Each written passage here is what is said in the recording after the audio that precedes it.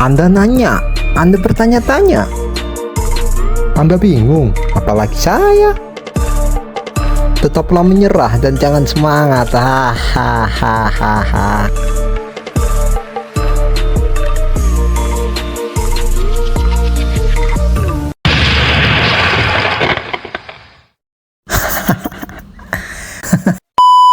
Timur Tengah sudah lama menjadi papan catur persaingan yang rumit dan ketegangan yang membara. Namun tidak ada konflik yang memiliki potensi ledakan sebesar konflik antara Israel dan Iran. Selama beberapa dekade, ini adalah perang bayangan yang diperjuangkan melalui proksi, serangan siber dan pembunuhan yang ditargetkan, selalu berada di bawah ambang konfrontasi langsung antar negara. Tapi, tahu kan, kejadian baru-baru ini telah menghancurkan pemahaman rapuh ini, mendorong kedua kekuatan regional itu semakin dekat ke perang terbuka daripada sebelumnya. Pergeseran ini bukan hanya perselisihan lokal. Ini mewakili fase baru yang berbahaya dalam konflik yang memiliki kekuatan untuk mengganggu seluruh tatanan global, mengancam perdagangan internasional, keamanan energi, dan tatanan aliansi geopolitik.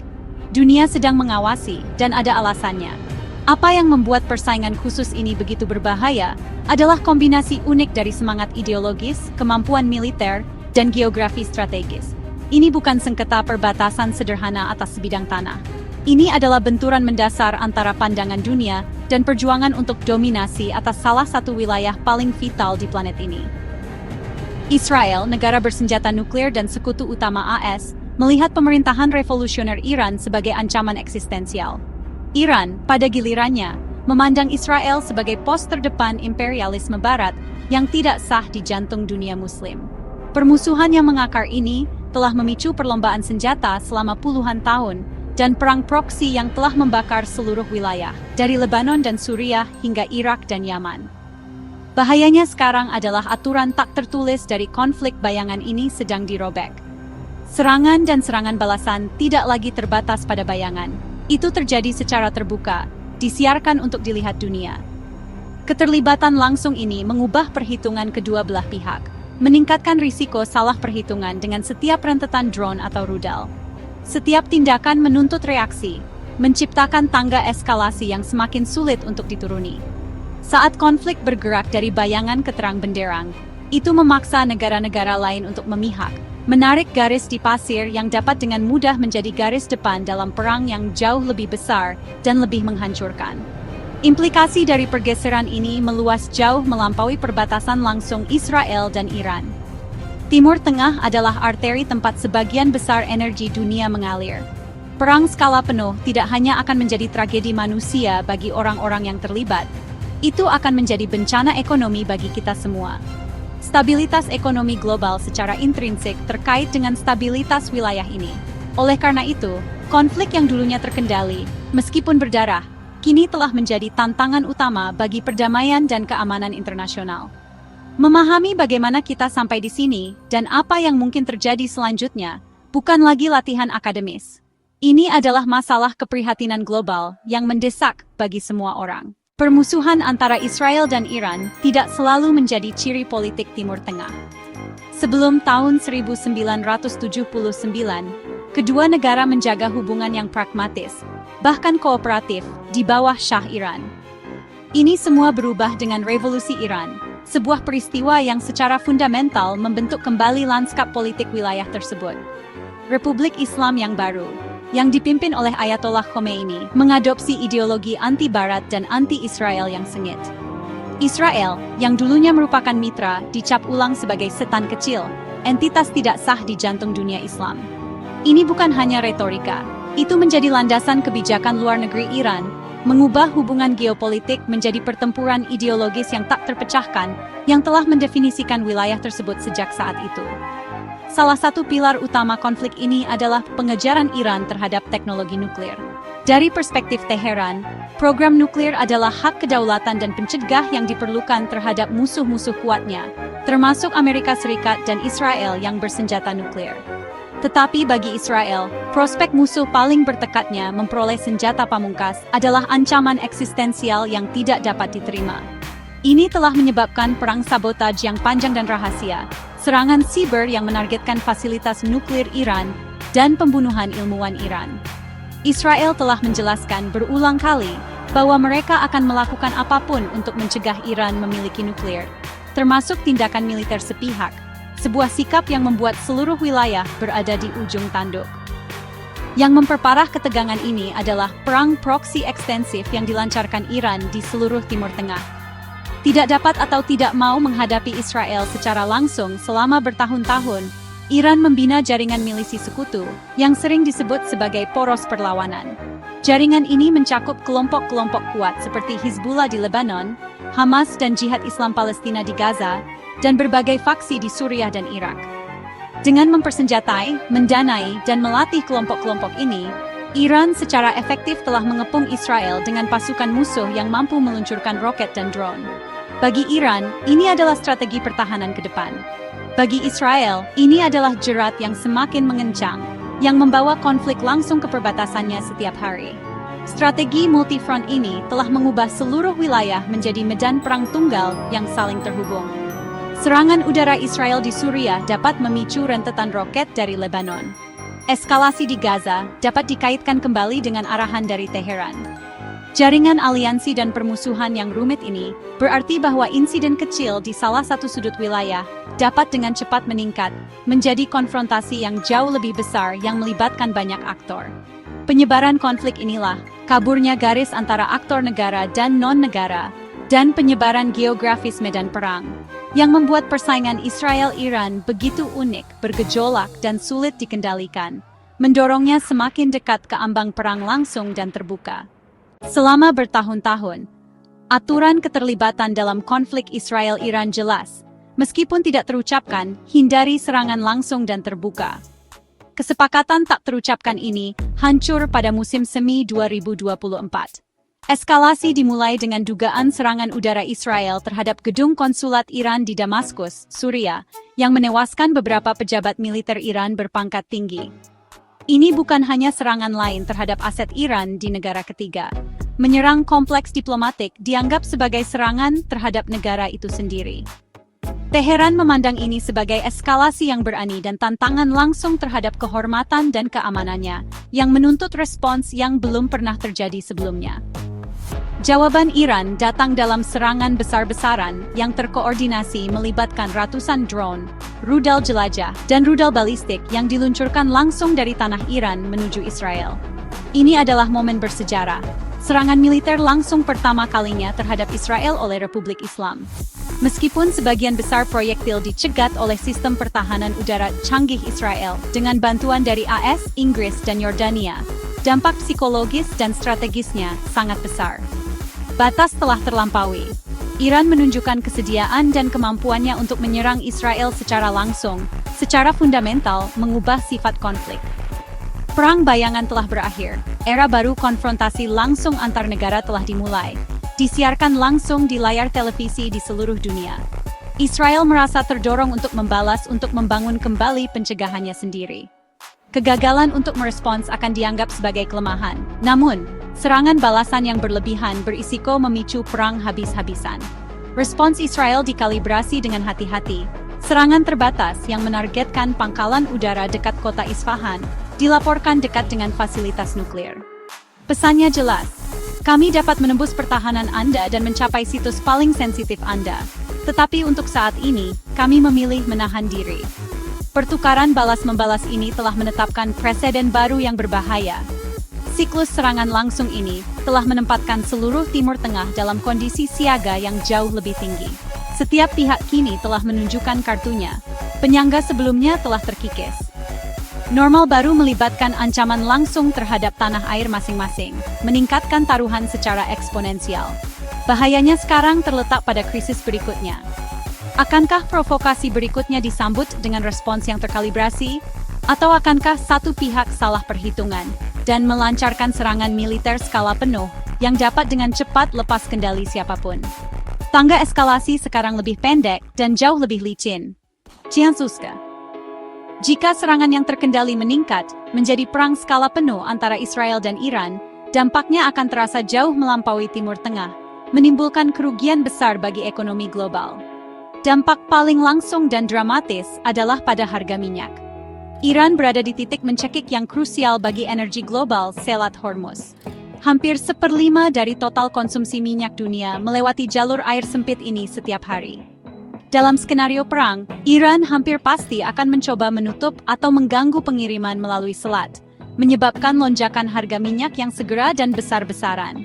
Guncangan energi ini akan memicu inflasi secara global, meningkatkan biaya transportasi dan manufaktur, dan dapat dengan mudah menjerumuskan ekonomi yang rapuh ke dalam resesi yang dalam. Di luar pasar energi, perang regional besar akan menghancurkan rantai pasokan global, yang masih pulih dari pandemi dan perang di Ukraina. Jalur perdagangan maritim melalui Laut Merah dan terusan Suez akan menjadi zona berisiko tinggi, memaksa perusahaan pelayaran untuk mengambil rute yang lebih panjang dan lebih mahal di sekitar Afrika. Ini akan menyebabkan penundaan yang signifikan dan peningkatan biaya untuk segala hal, mulai dari elektronik konsumen hingga bahan makanan pokok. Premi asuransi untuk pengiriman akan melonjak, menambah lapisan biaya lain yang pada akhirnya akan diteruskan kepada konsumen di seluruh dunia. Sifat ekonomi global yang saling terkait berarti bahwa perang di Timur Tengah akan terasa di toko kelontong dan di pompa bensin dari Tokyo hingga Toronto. Biaya kemanusiaan dari konflik semacam itu akan menjadi bencana. Perang tidak akan terbatas pada serangan bedah terhadap target militer. Itu pasti akan melibatkan kota-kota dan populasi sipil, menyebabkan hilangnya nyawa yang sangat besar dan krisis kemanusiaan dalam skala yang mengejutkan. Jutaan orang dapat mengungsi, menciptakan krisis pengungsi yang akan melampaui yang sebelumnya, dan memberikan tekanan besar pada negara-negara tetangga seperti Yordania, Turki, dan Irak. Penghancuran infrastruktur penting, rumah sakit, pembangkit listrik, fasilitas pengolahan air, akan menyebabkan penyakit dan penderitaan yang meluas. Komunitas internasional akan dihadapkan pada tugas monumental untuk menyediakan bantuan di zona perang yang aktif dan sangat kompleks, sebuah tantangan yang dapat membanjiri sistem kemanusiaan global. Akhirnya, implikasi keamanan akan sangat besar dan berjangka panjang. Perang besar kemungkinan akan menarik kekuatan regional dan global lainnya, menciptakan konflik multi-front yang kacau. Itu akan memberdayakan kelompok ekstremis seperti ISIS, yang berkembang dalam kekacauan dan kekosongan kekuasaan yang diciptakan oleh keruntuhan negara. Konflik dapat mengganggu stabilitas pemerintahan yang rapuh di negara-negara tetangga, menyebabkan efek domino ketidakstabilan di seluruh wilayah. Perang antara Israel dan Iran tidak akan menjadi urusan yang terkendali. Itu akan menjadi gempa bumi regional, yang guncangan susulannya akan menciptakan ancaman keamanan baru dan menata ulang aliansi geopolitik selama beberapa dekade mendatang, meninggalkan warisan kekerasan dan ketidakstabilan. Pertanyaan krusial yang ada di benak semua orang adalah, apakah konflik regional yang bergejolak ini benar-benar dapat memicu Perang Dunia Ketiga? Skenario eskalasi global semacam itu masuk akal, meskipun rumit. Itu kemungkinan akan dimulai dengan perang habis-habisan antara Israel dan Iran yang lepas kendali. Dalam skenario ini, Israel, menghadapi ancaman eksistensial dari rudal Iran dan jaringan proksinya, mungkin melancarkan serangan pendahuluan besar-besaran terhadap fasilitas nuklir Iran dan pusat komando militer.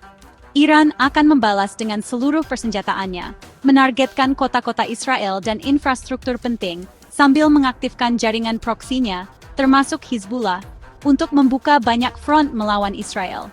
Ini akan memicu perang regional yang menghancurkan. Konflik akan menjadi global saat Amerika Serikat terlibat langsung. Amerika Serikat adalah sekutu terkuat Israel, terikat oleh komitmen keamanan selama beberapa dekade.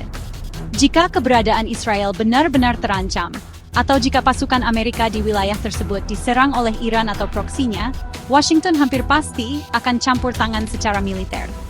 Ini bisa melibatkan serangan udara Amerika di Iran dan konfrontasi angkatan laut langsung di Teluk Persia.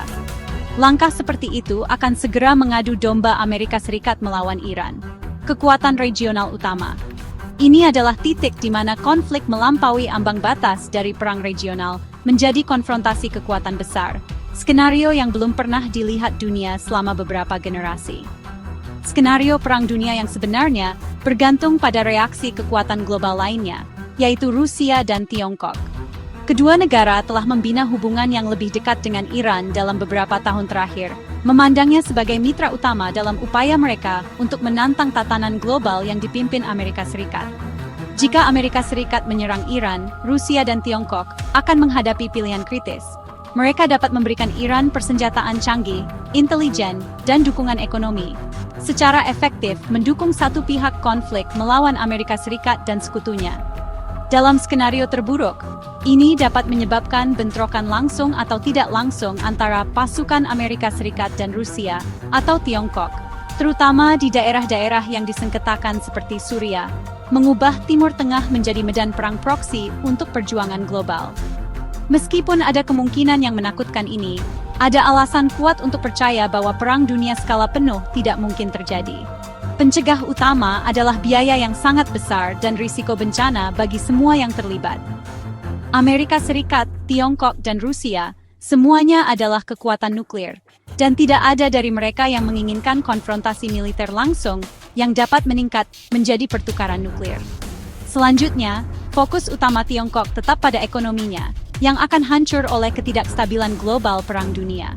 Meskipun negara-negara ini menikmati menantang Amerika Serikat, mereka kemungkinan akan berhenti sebelum intervensi militer langsung, lebih memilih untuk mengeksploitasi situasi secara diplomatik dan ekonomi. Logika pelestarian diri bersama tetap menjadi rem yang kuat pada eskalasi global. Momok Perang Dunia Ketiga yang muncul dari gurun Timur Tengah adalah kemungkinan yang mengerikan, tetapi mungkin terlalu dibesar-besarkan. Aktor utama, Amerika Serikat, Tiongkok, dan Rusia sangat menyadari konsekuensi bencana dari konfrontasi langsung. Kepentingan strategis mereka, meskipun bertentangan, masih diatur oleh keinginan rasional untuk menghindari kehancuran bersama dan keruntuhan ekonomi. Hasil yang paling mungkin dari ketegangan Israel-Iran yang meningkat bukanlah perang global, tetapi sesuatu yang hampir sama merusaknya, konflik regional yang berkepanjangan dan menghancurkan. Perang semacam itu akan diperjuangkan dengan keganasan yang luar biasa, menarik negara-negara tetangga dan menyebabkan penderitaan manusia dan gangguan ekonomi yang tak terlukiskan. Oleh karena itu, dunia kemungkinan akan terhindar dari Armageddon global, tetapi tidak akan terhindar dari konsekuensinya. Perang regional skala besar masih akan memicu guncangan ekonomi, melonjaknya harga minyak, inflasi yang merajalela, dan rantai pasokan yang hancur. Ekonomi global yang sudah rapuh akan menerima pukulan telak. Selanjutnya, dampak diplomatik dan politik akan sangat besar. Itu akan memperdalam perpecahan antara Barat dan koalisi Rusia, Tiongkok, dan Iran, mempercepat fragmentasi tatanan global menjadi blok-blok yang bersaing. Dunia akan menjadi tempat yang lebih berbahaya dan tidak dapat diprediksi, bahkan tanpa deklarasi resmi perang dunia. Jalan ke depan penuh dengan bahaya. Presiden baru serangan langsung antar negara antara Israel dan Iran telah menciptakan normal baru, di mana risiko salah perhitungan sangat tinggi. Tantangan langsung bagi komunitas internasional adalah deeskalasi. Upaya diplomatik yang intens, yang dipimpin oleh kekuatan yang berpengaruh di kedua belah pihak, sangat penting untuk membangun kembali beberapa aturan keterlibatan tak tertulis dan menarik kedua negara dari ambang kehancuran. Tujuannya haruslah untuk mengelola persaingan, bukan untuk menyelesaikannya. Karena jurang ideologis antara keduanya kemungkinan terlalu lebar untuk dijembatani dalam waktu dekat. Mengendalikan konflik adalah tujuan yang paling realistis dan mendesak. Pada akhirnya, meskipun ketakutan yang menjadi berita utama adalah Perang Dunia Ketiga, ancaman yang lebih mendesak dan realistis adalah badai api regional dengan konsekuensi global. Konflik antara Israel dan Iran berfungsi sebagai pengingat yang jelas tentang betapa saling terhubungnya dunia kita. Rudal yang ditembakkan di Timur Tengah dapat memengaruhi harga bahan makanan di Eropa dan biaya bahan bakar di Asia. Ini menunjukkan bahwa di abad ke-21, tidak ada yang namanya konflik regional yang benar-benar terisolasi. Dunia menahan napas, berharap bahwa pencegahan dan diplomasi dapat mengalahkan genderang perang. Karena bahkan perang terbatas di wilayah vital ini akan menjadi bencana bagi kita semua.